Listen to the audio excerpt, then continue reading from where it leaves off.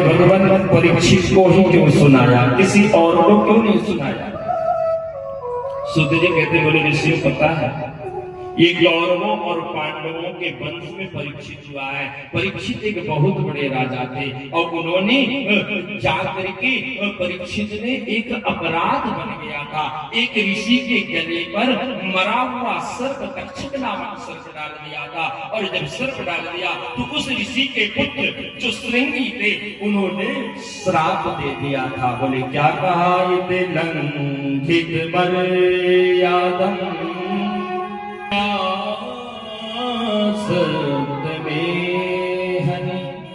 दक्षिणी चोदितो वेतद्रुतमः।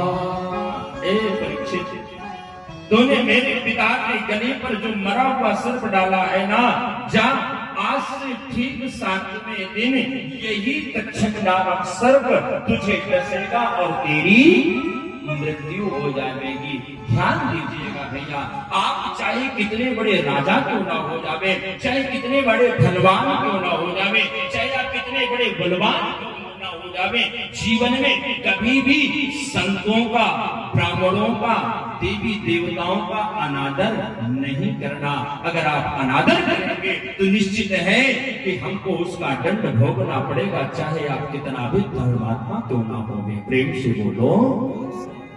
आज महाराज परीक्षित एक ऐसे राजा थे जिनके राज्य में एक ही स्थान पर, एक ही जलाशय में सारे जीव जंतु पशु पक्षी अन्न और जल को ग्रहण किया करते थे। कोई किसी की हिंसा नहीं करता था।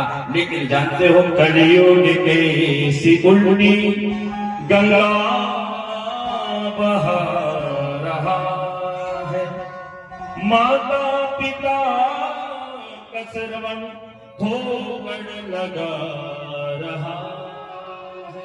कलयुग है भैया, और कलयुग नहीं चाहता है कि कलयुग में कोई भजन पूजा पाठ जप तप ध्यान होवे। प्रेम से बोलो।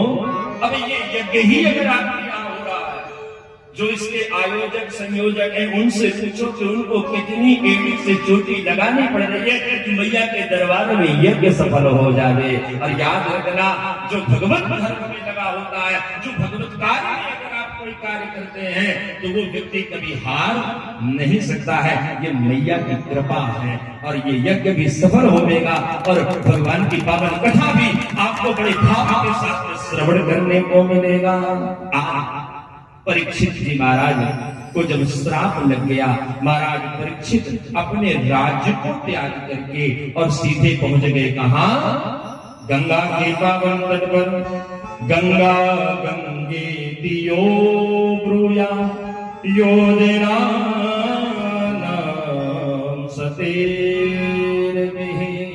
और जानते हैं गंगा के पावन तट पर जैसे परीक्षित पहुंचे हैं, वहां पर पहले से 88,000 ऋषिगणों को लेकर के श्री सूत जी महाराज बैठे हुए थे।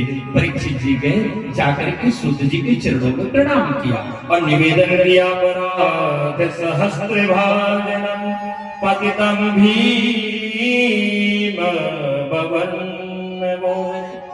अगतिम शरणागतिम हरि कृपया केवल हो।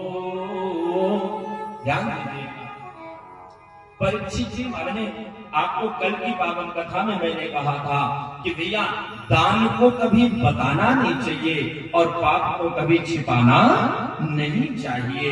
तो जानते हो, कभी भी डॉक्टर से, वैद्य से, गुरु से और भगवान से और संतों से कभी भी झूठा नहीं बोलना चाहिए। अगर आप झूठ बोलते हैं तो निश्चित ही आपका ही उसमें नुकसान होता है। महाराज परीक्षित से अपराध बन गया।